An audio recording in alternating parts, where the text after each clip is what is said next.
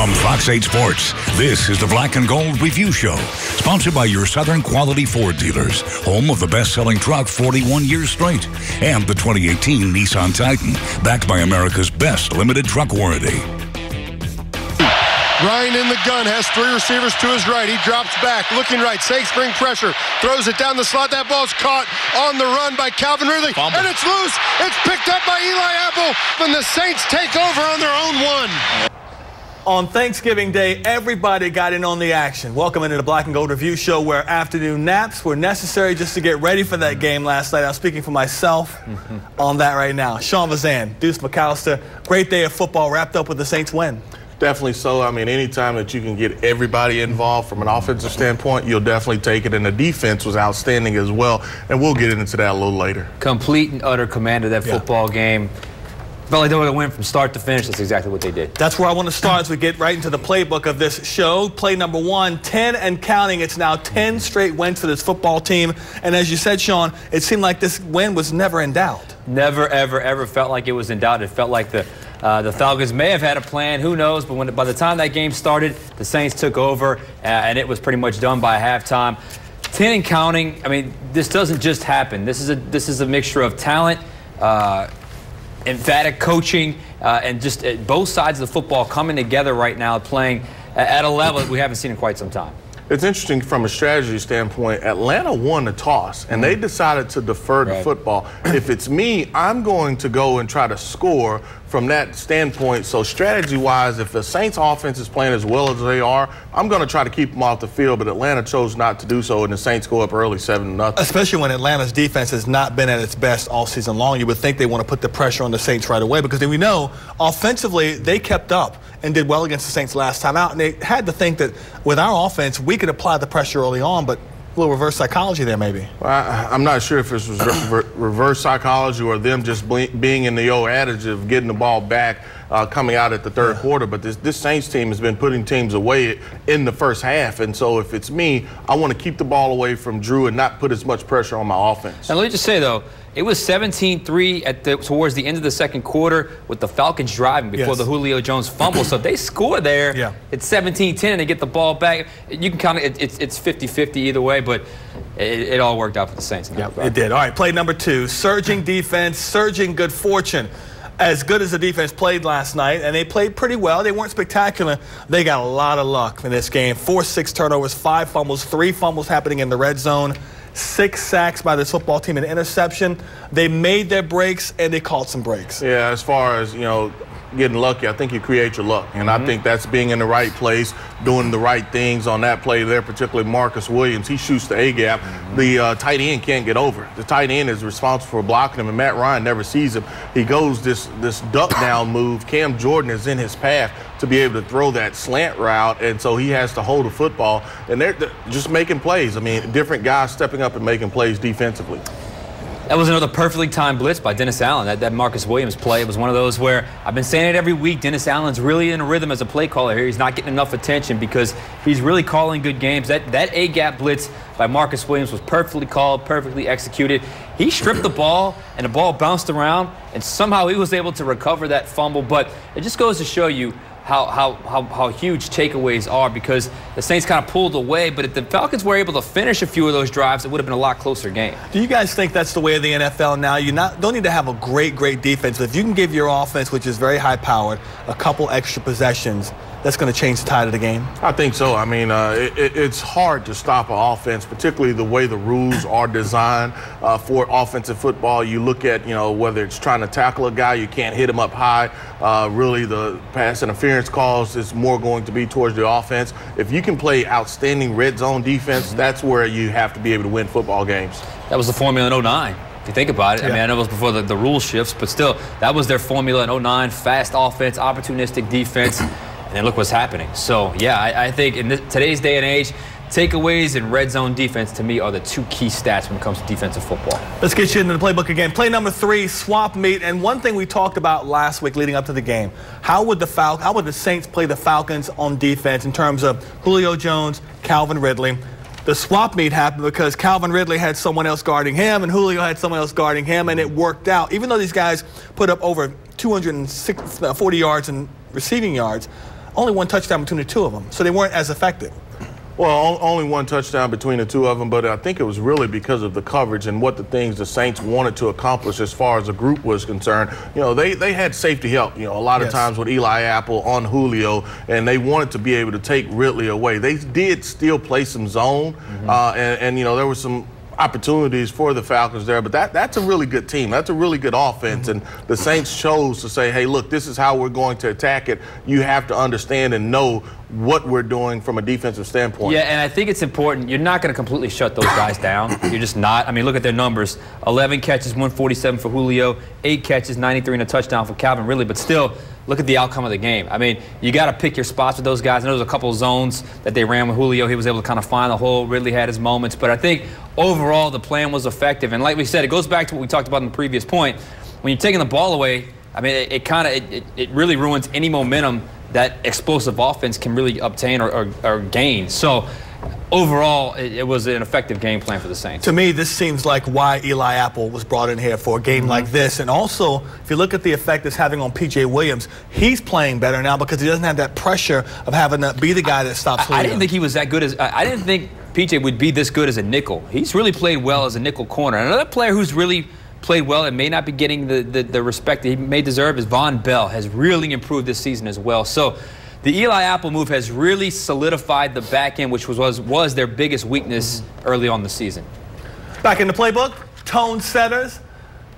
It wasn't a blistering offensive performance, but they came out and started running the ball on basically the first drive of the game. Mark Ingram, 11 carries, 52 yards. Alvin Kamara, 14 carries, 89 yards. They rushed for 150 yards as a team. Sometimes we always talk about Drew Brees setting the tone, getting down the field, throwing the ball all the time, but it was kind of a bit of a reverse this time. They said, you know, we're going to pound them because that's where Atlanta's deficiency is on defense first. Well, I love the efficiency from the offense, you know, whether it was Mark Ingram, whether it was Alvin in there, and then to be able to throw the football to different receivers. Atlanta could not stop the run, and so for the Saints, they were very, very efficient, not only using Michael Ola as an extra blocker, but just being able to use Taysom Hill as well as Josh Hill in the game and making them declare a nickel package. And so I thought they did a really, really nice job of keeping the off balance with the run game. Look, this team can beat you up a lot of different ways, and that's what we've talked about. And if they want to run the football and, you know, kind of impose their will, they're able to do so. 31 carries, 150 yards, and looks like 4 of those may have been kneel downs by Brees at some point. Look, they dominated the line of scrimmage, and it felt like there were, Deuce, I don't know if you saw this up in the booth, but there were 1 or 2 runs that were this close to being home runs. That could have been big-time gains by Kamara and Ingram. And on the flip side, 16 carries, 26 yards for the Falcons. So, you know, it's an explosive game. It's a pass-first game now, but there's still room for running the football and stopping the run. To me, that can provide a recipe for success. Deuce, as a running back, why is Alvin Kamara so successful running between the tackles when he is not? He doesn't look to be built as a guy who runs between the tackles so well. Well, it's how they use them. It's the runs that they choose to use, and then it's also the defenses that he gets. A lot of time when he's in the game, it's going to be the nickel package, and that's just, you know, for him, he has the ability to be able to run it out of traditional sets, but also if you're going to play him against nickel, that offensive line is way too physical. He's getting up to the second level where it's one-on-one situations with a linebacker and or safety, and they're not able to make the tackle. Back in the playbook, our play number 5, undrafted standouts. How about the list here? Tommy Lee Lewis, Dan Arnold, Austin Carr, Keith Kirkwood. What do they have in common? All undrafted free agents and all scored touchdowns yesterday. That's outstanding. I think when you talk about the scouting department, you talk about Mickey Loomis, Sean Payton finding ways to get individuals involved, and it doesn't necessarily have to be draft picks. It's about matchups. It's about putting those guys in the best situation to create problems for defenses, and that's what they were able to do. Drew Brees is pretty good too. I mean, he puts that ball right on the money. And by the way, Deuce, we had talked about this a couple weeks ago. That was the first seam touchdown I've seen in quite some time. When was the last time we saw a seam route touchdown to Dan Arnold, which was an incredible catch, an incredible throw. Back-to-back weeks for him. And then, look, that's such a Sean Payton, Drew Brees stat right there. Undrafted standouts, 4 touchdowns to 4 different undrafted players. That is so them. I wouldn't be surprised if when it's all said and done, that's what they're most proud about last night. Speaking of that, let's hear from Drew Brees right now talking about giving those UFAs a shot. Yeah, I heard that stat. I love that stat. That's actually one of my favorite ones.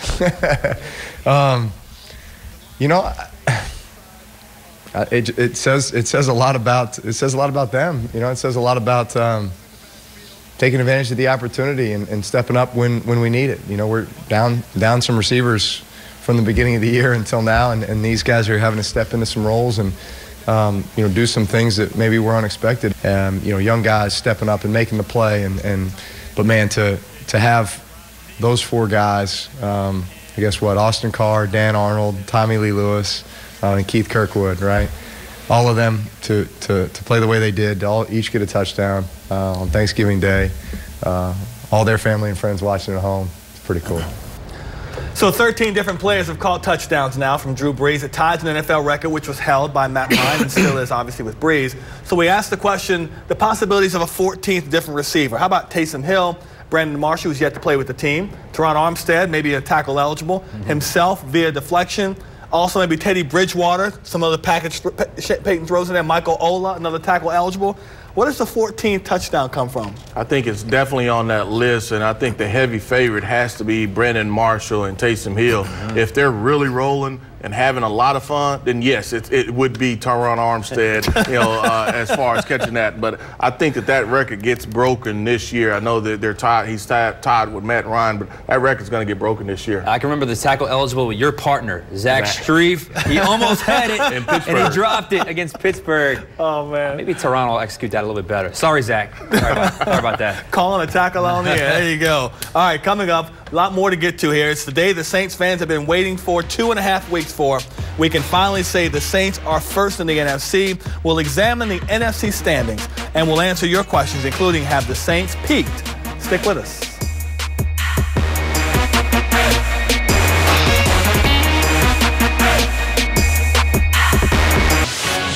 You're watching the Black and Gold Review Show, sponsored by your Southern Quality Ford dealers and the 2018 Nissan Titan.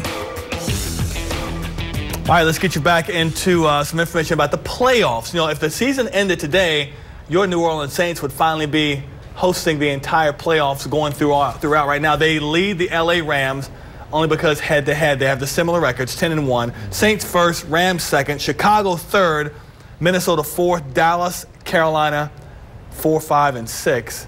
You see it there. So right now, you like where you're sitting. There's a lot of football left to be played, and the Rams are finally going into their bye week this week. So your thoughts on just real quickly on the standings and where things stand? Like where they stand. They stay in that Superdome. It's going to be hard to beat the Black and Gold. The only stadium that worries me if it somehow shifted would be Chicago. That would be the one I would worry about.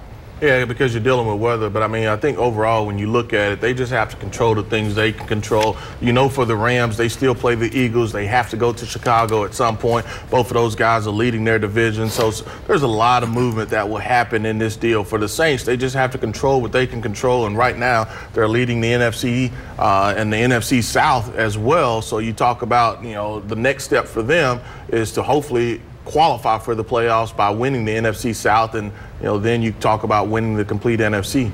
All right, let's get you right to some questions for this show. A lot of things to get to today. First off, our first question comes from Jason in Picayune. Final Play app, final word feature. He wants to know, often we hear it said that the postseason hopes and wins are about when a team gets hot and when they peak. Is there any reason to think the Saints have approached their peak? I don't think so. I mean, I think for this team, they've played well, but they haven't played perfect. There's numerous things that you can go back and look at to say, hey, look, we have to get better here. You talk about going out and covering kicks. You know, they've given up the past 2 weeks a big kickoff return. I think it's 3 weeks in a row where your kicker, Will Lutz, has to make a tackle. From that standpoint, I think offensively, you can be probably a little more efficient as far as whether you're talking third down, whether you're talking they didn't score a touchdown every time they got in the red zone. So they can improve when you talk about peaking too soon. Some of it's nitpicking, this is though, so isn't it? nitpicking. I mean, they're playing too well. I mean, look, they're rolling right now. And remember, 2009, they won 13 straight, lost 3 straight, then steamrolled through the playoffs and into the Super Bowl. So are they peaking too soon? I would rather be playing well right now in the present moment than not. So have they peaked too soon? Who knows? But I just think that's kind of a nitpicky question a little bit. Also, you were able to get your first rounder, Marcus Davenport, back last night. At some point, you should get your starting left tackle, Teron Armstead, back, and then an opportunity to even be able to add Ted Ginn Jr. to this offense. There's a lot of weapons that they can still use with this team. Peaking too soon. The other alternative is starting slow, and we know how this team has done it. Would you rather play bad right now? Oh my God, they don't have a good track record of catching up when they're below 500. Yeah. Enjoy this right now. They're not playing perfect football, but what's happening, I think Saints fans are saying, you know what, we're blowing everybody out by so many points. It's got to end eventually. We don't want it ending early in the playoffs. I get what you're saying, but enjoy the fact that this team has won 10 games in a row. We can find things to nitpick over. It drives me crazy. Coming up, we'll keep going into the mailbag, including a conversation about the season this linebacking core is putting together. And still to come, the Cowboys stand in the way of the Saints winning their 11th straight game. Get your first preview of that matchup right here, next.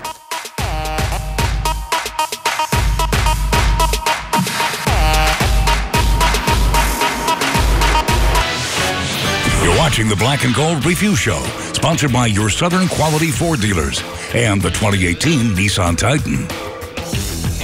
We're going to keep the questions rolling here on the Black and Gold Review Show. Welcome back in. This next question comes from Slidell, from Steven, just across the lake. Our linebackers have picked up their play as well, but are they the forgotten group on the defense? Can y'all give these guys some props? Steven calling us out. We haven't talked about the linebackers. The Demario Davis has been fantastic. Alex Anzalone, A.J. Klein. It's been a really good group. Craig Robertson, they've been really good and not talked about very much. Yeah, look, they've thing. settled in nicely. That trio of A.J. Klein, Demario Davis, Alex Anzalone, who's done well in coverage and is a pretty good blitzer. I think Demario Davis is very good against the run. I think A.J. Klein is much healthier. I was told that abductor injury he had last year was one of the most gruesome injuries you can get. He's back healthy and looks it. So I think these good point. I think maybe they're not getting the love they should be getting, but I think they've done incredibly well, especially this last 6-game stretch here. And what's interesting is Manti Te'o hadn't been up. Right. I expect him to be up against this Cowboys offense just because they like to run the football. But when they've played teams that like to live in that 11 personnel, 3 receivers set, they've decided to go with an extra defensive back instead of a true Mike linebacker because they're spending so much time in nickel. You can look for them to be able to go heavy. And look, they've shot the gaps as far as run game is concerned, been able to get to the edges, done an outstanding job in pass coverage. Anzalone has been involved in numerous turnovers. A.J. Klein had the interception. So they've played outstanding. Our next question is back on the offense and talking about Ted Ginn Jr., who's been out for a while. Do you foresee Ted Ginn returning before the playoffs? He's eligible to come back in Week 15 against his old team, the Panthers. Interesting, because Tommy Lee Lewis returned, and obviously he made an impact. It felt like they were really ready for him to come back. They love Tommy Lee. Ted Ginn Jr. could return. They still have Brandon Marshall, who's yet to see the field. Traquan Smith missed the last night's game, but it looks like he's not going to be out for a while. It's almost like the exact opposite of almost every team, every problem a team has at the end of the season. It's not enough healthy bodies. They may have too much. Yeah. So, can he return? If he's healthy, yeah, I think he's got a role on this team. We'll see.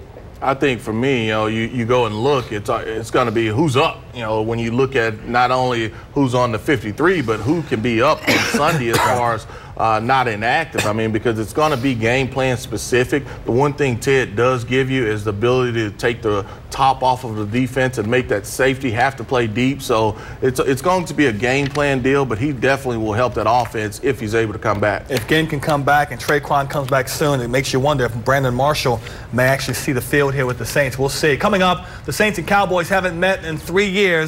We'll preview a meeting of teams with a combined 13 straight wins.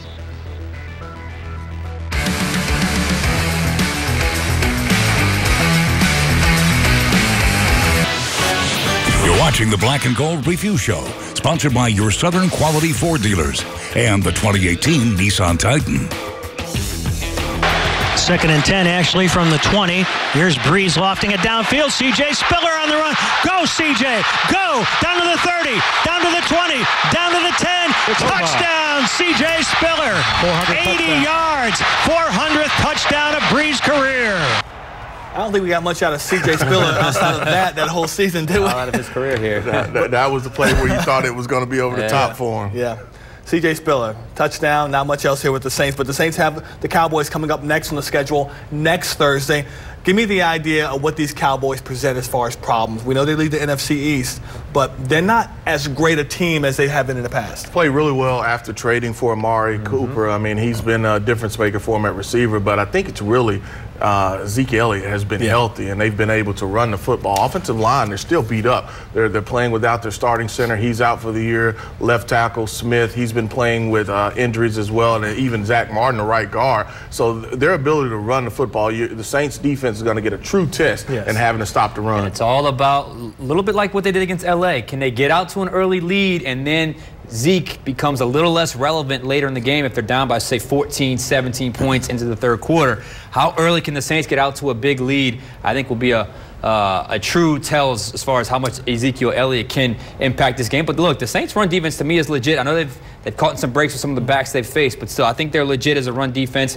But their defense, the Cowboys' defense, is one of the higher-ranked defenses in the NFL. Vander Esch has been a nice addition. Jalen Smith has played well. They got a good pass rush. So we keep kind of waiting for the reason for them to finally, get off this win streak. But I do think Dallas is a quality opponent on Thursday night. Let's look at the team's next 5 games on the schedule. Of course, Cowboys coming up on the Thursday. Tampa after that on the road. Then that gauntlet, 3 games at Carolina, home against Pittsburgh, home against Carolina. A lot to be decided over these last 5 weeks for this team. This team has played outstanding on the road. Your next 3 are on the road. Dallas is going to be a very good opponent. You owe Tampa Bay, and then you get your first taste of Carolina. So just take care of your business. I think it's going to be an interesting run and matchup for them. 1 month to the day, if I'm looking at my math right there, where the Saints play their next home game. That's a long way away from the Mercedes-Benz Superdome. So it's backstretch here. They'll tell their season. They've been really good on the road. They're just still undefeated. Until then, for Deuce and Sean, and Deuce and Sean, and everyone at Fox 8, thanks for watching. I'm Juan Kincaid. Have a great night. From Fox 8 Sports, this has been the Black and Gold Review Show, sponsored by your Southern Quality Ford dealers.